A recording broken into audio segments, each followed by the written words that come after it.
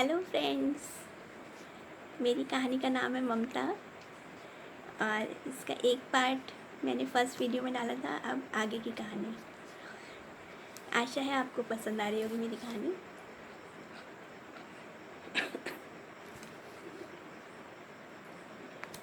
जब वो अपना मेडिकल चेकअप कराने सीएमओ के पास गई तो उन्होंने उसकी लास्ट मंथली साइकिल की डेट पूछी। बहुत ज़ोर डालने पर भी उसे डेट याद नहीं आई। वो बोले, सर्टिफिकेट से मैं नो प्रेगनेंसी लिख देता हूँ, नहीं तो आपको ज्वाइन करने को नहीं मिलेगा, लेकिन आप अपना प्रेगनेंसी टेस्ट ज़रूर करा लीजिए। डरते डरते ही उसने अपना टेस्ट कराया था और रिपोर्ट देखकर उदासी हो गई थी। पहला बच्चा 7 महीने का और नई नई नौकरी, क्या करे वो। फिर एक दिन पति के पीछे बैठकर ही वो गायनोकोलॉजिस्ट के पास गई थी और उस अनचाहे मेहमान से मुक्ति पा ली थी। वो इतना डरती थी कि एनेस्थीसिया देने के बाद ही उसने डॉक्टर को अपने शरीर को छूने दिया था। दीपाली बेटा था। जब डॉक्टर ने बताया तो उसकी आंखों में आंसू आ गए। आज भी उसने उस कृत्य के लिए पति और खुद को वो माफ़ नहीं कर पाई।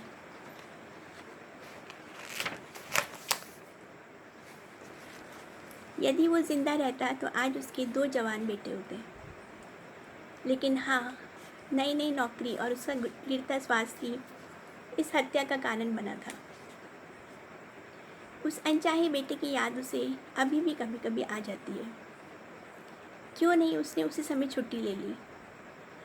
आज वो 2 बेटों की माँ होती, लेकिन बीता समय कभी लौट कर नहीं आता। एक दिन छुट्टी लेकर ही उसने ऑफिस ज्वाइन कर लिया था।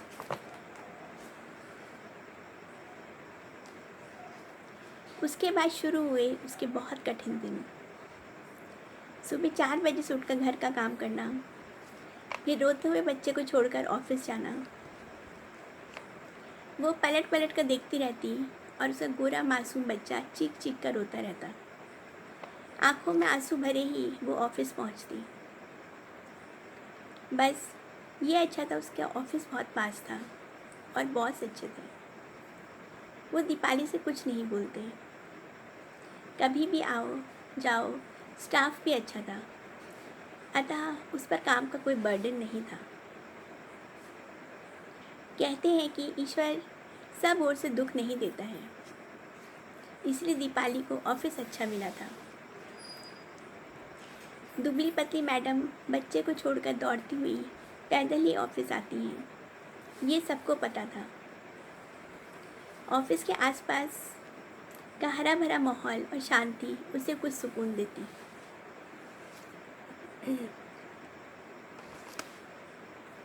शाम पर वो बेटे को सीने से लगाए उसे गाने सुनाती।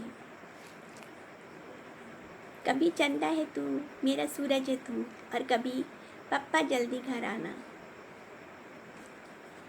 पति के साथ कभी कभी वो बाजार भी जाती। चांद से गुदगुदे बेटे को गोद में लिए वो स्वयं को सबसे भाग्यशाली समझती। पहले पहले बच्चे को ठीक से पालना भी नहीं आता था। अक्सर बहती नाक और बुखार से तपते बच्चे को लेकर वो चाइल्ड स्पेशलिस्ट के पास जाते। एक बार वो ऑफिस पहुंची तो उसकी आंखों में आंसू थे। बॉस ने पूछा, क्या हुआ दीपाली। प्यार से उनके इतना पूछते ही वो रोने लगी। चीकू को बहुत तेज़ बुखार है। अरे तो तुम घर जाओ, साइन करो और घर जाओ, यहाँ रोना वोना नहीं है। दीपाली भागती हुई घर आ गई थी। आज तक वो अपने एचओडी और वर्मा साहब की कृतज्ञ है, जिनकी वजह से उसके बच्चे पल गए। ऐसे ही ज़िंदगी चलती रही। अच्छी बाई ना मिलने के कारण उन्होंने चीकू को क्रैच में एडमिशन करा दिया। साल भर का चीकू क्रैच में बच्चों के साथ खेलता। यहाँ भी ईश्वर ने दीपाली का साथ दिया। एक उषा नाम की क्रैच की बाई गोल मटोल चीकू को बहुत चाहने लगी। वो चीकू का बहुत ध्यान रखती। सुबह सुबह लाल चेक वाले बैग में चीकू की दूध की बोतल, टिफ़िन में दाल चावल और कभी एप्पल और केला डालकर दीपाली उसे क्रच तक छोड़ने जाती। कभी टाइम मिलता तो उसे नहला देती, नहीं तो केवल पाउडर छिड़क कर कपड़े बदल कर ही उसे क्रच पहुंचा देती। क्रच से कभी कभी तो चीकू उसे अच्छे से टाटा कर देता और कभी चीख चीख कर रोने लगता। जब दीपाली कॉलोनी की दूसरी माँओं को अपने बच्चों को आराम से लिटाकर मालिश करते देखती और धूप में नहलाते देखती तो वो सोचती, ऐसा सुख उसके भाग्य में क्यों नहीं है।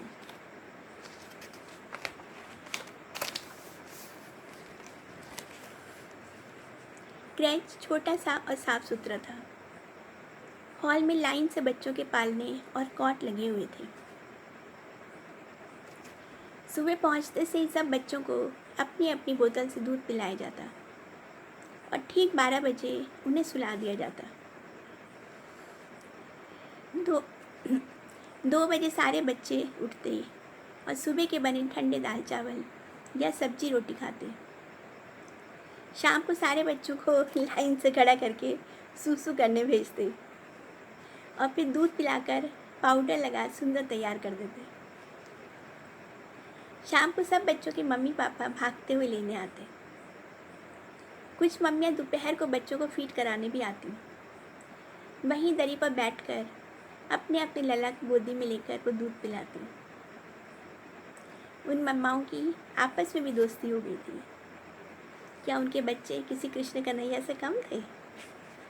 सब यशोदा थी और उनके बच्चे कृष्ण कन्हैया। जब अपने कान्हा का उसने नर्सरी में एडमिशन कराया तब उसने ज़िद पकड़ ली, अब वो क्रच में नहीं घर पर ही रहेगा। स्कूल से निकलकर फिर से क्रच, नहीं, लला को घर आना चाहिए। उसी समय उसकी छोटी नंद इलाहाबाद में उनके पास पढ़ने आ गई। सब उसके सुख के दिन वापस आ गए। शाम को अक्सर तीनों जने ही चीकू को लेने स्कूल पहुंच जाते और उसे घर छोड़ते। छोटी नंद चीकू को वहीं प्लेटफॉर्म पर बैठा लेती और कभी गरम घी लगी रोटी और कभी पूरी खिलाती। अब उसे गरम दाल चावल भी मिलने लगे थे। सुबह का काम वो संभालती और शाम का उसकी नंद। घर भी साफ सुथरा चमकदार रहने लगा और खाना भी दोनों टाइम बनने लगा। चीकू के घुंघराले बालों में रबर बैंड लगाकर शुभी उसकी चोटी बना देती, जिसे वो पाम ट्री बोलता। पापा मम्मी और ससुर का वो बड़ा ही लाडला था। जब तक मम्मा घर का काम करती, पापा उसे घुटनों पर झुलाते और लोरी गा कर सुलाते। उसकी हर इच्छा पूरी होती। घर का पहला बच्चा होने के कारण वो दादा दादी, नाना नानी सबका राज दुलारा था। उसके गोरे मुस्कुराते गालों को देखकर वो भूल जाती कि कैसे तेज़ धूप और तेज़ बरसते पानी में आकर वो उसे दूध पिलाती थी।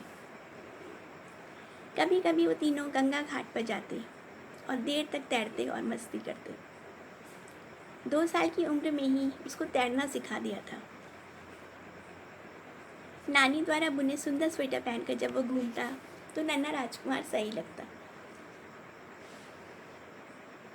जब वो नर्सरी का एग्ज़ाम दे रहा था तो दीपाली उसे छोटी चौकी पर बैठाकर पढ़ाती और नहला धुलाकर सुंदर तैयार करके स्कूल भेजती। शर्ट पर कभी गुलाबी और कभी हल्का हरा रुमाल टका होता और आश्चर्य, उसे neat boy of the class का अवार्ड मिला। पापा तो उस पर जान छिड़कते थे। जब 4 साल बाद उसकी नन्ही परी सी बहन आई तो वो बड़े प्यार से बहन के सिर को सहलाता और उसके माथे को चूम लेता। इस बार दीपाली ने खूब लंबी छुट्टी लेकर ऑफिस तभी ज्वाइन किया जब गुड़िया 2 साल की हो गई। आज भी दीपाली को याद आता है कि कैसे तपती दोपहरी और तेज़ वर्षा में वो गुड़िया को दूध पिलाने जाती थी और ऑफिस में डांट भी खाती थी। एक बार दोनों रोते बच्चों को दोपहर को छोड़कर दोपहर को जब ऑफिस जा रही थी तो उसे लगा था कि अपने मोपेड को ट्रक से भिड़ा दे। इतनी ज़्यादा फ्रस्ट्रेशन हो गया था, जिससे इन परेशानियों का ही अंत हो। तब बच्चों की खातिर ही वो बच गई थी।